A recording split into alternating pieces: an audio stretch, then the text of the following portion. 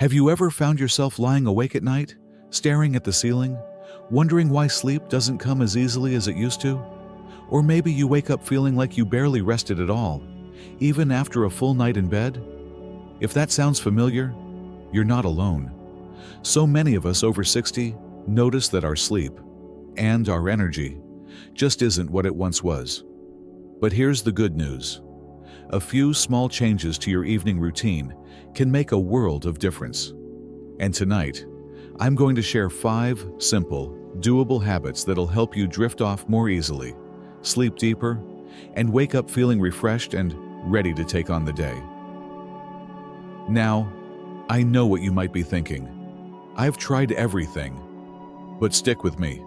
These aren't fads or quick fixes.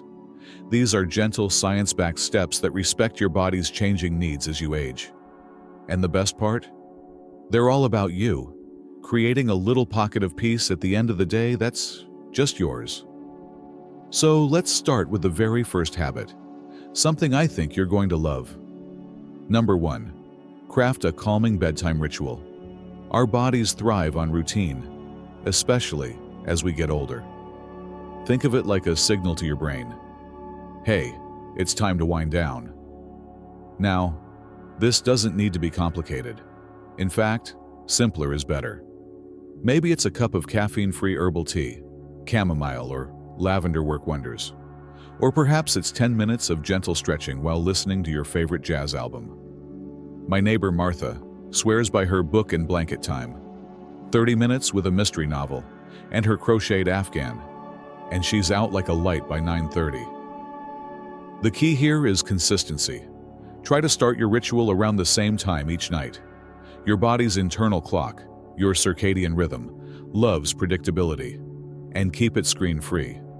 Which brings me to habit number 2, unplug to unwind. Now, I'll admit, I'm guilty of this too. It's tempting to check the news one last time or watch a show in bed. But here's the thing. Those screens emit something called blue light, which tricks your brain into thinking it's daytime. It suppresses melatonin, the hormone that helps you fall asleep. And let's be honest, scrolling through headlines or social media isn't exactly calming, is it? 1 minute you're watching a baking tutorial, the next, you're down a rabbit hole about grandkids' school fundraisers. Try this instead. Power down phones, tablets, and TVs at least an hour before bed. Replace that screen time with something that soothes your senses. Maybe it's that book we talked about earlier, or a crossword puzzle. My friend Carl listens to old radio dramas, says the voices remind him of being a kid. If you must use a device, enable night mode to reduce blue light, but really, give yourself permission to disconnect. The world will still be there tomorrow. Now, I know change doesn't happen overnight. Maybe tonight you'll just try swapping the TV for a magazine, or brew that cup of tea. Small steps add up. And guess what? These first 2 habits aren't just about sleep. They're about giving yourself the gift of time. A little quiet moment to reflect, breathe, and let go of the day's worries. Stick with me, because up next we're going to talk about something that might surprise you. It's not just what you do before bed, but when you do it. And I'll share a simple trick to make your bedroom feel like a sleep sanctuary. You know, there's a saying my grandmother used to repeat, early to bed, early to rise. And while she was onto something, it's not just about when you sleep, but how consistently you do it. Let's talk about habit number 3, sync with your body's clock. As we age, our internal rhythms can shift. Maybe you're nodding off earlier in the evening or waking before dawn. That's normal. But here's the trick. Lean into it. Try to go to bed and wake up at the same time every day, even on weekends. Think of it like training a gentle, wise old friend, your body, to recognize when it's time to rest and when it's time to rise. Now, I know what you're thinking, but what if I'm not tired at my usual time? That's okay. If sleep doesn't come, don't lie there fretting. Get up. Do something quiet in dim light. Maybe fold laundry or jot down a thought in a journal. Then try again when you feel drowsy. My cousin Edna struggled with this for years, tossing and turning until midnight. Then she started shifting her bedtime gradually, just 15 minutes earlier each night. Within a week, she was drifting off effortlessly by 10:30. Small tweaks, big rewards. Now, let's move to habit number 4. Create your sleep sanctuary. Your bedroom should feel like a haven, not just another room. Start with the basics: cool, dark, and quiet. Studies show most of us sleep best around 65 degrees. So crack a window or nudge down the thermostat. If streetlights peek through your curtains, try blackout shades or a soft sleep mask. And noise? A white noise machine works wonders. But even a fan can do double duty, cooling the room and drowning out distractions. Let's talk about your mattress. If yours is older than your granddog, it might be time for an upgrade. You don't need something fancy, just supportive. And those pillows, are they propping your neck up or squishing flat? My buddy Frank thought his morning headaches were just part of getting older. Turns out his pancake flat pillow was the culprit. A $30 replacement at the store, and poof, no more neck cramps. Lastly, make this space yours.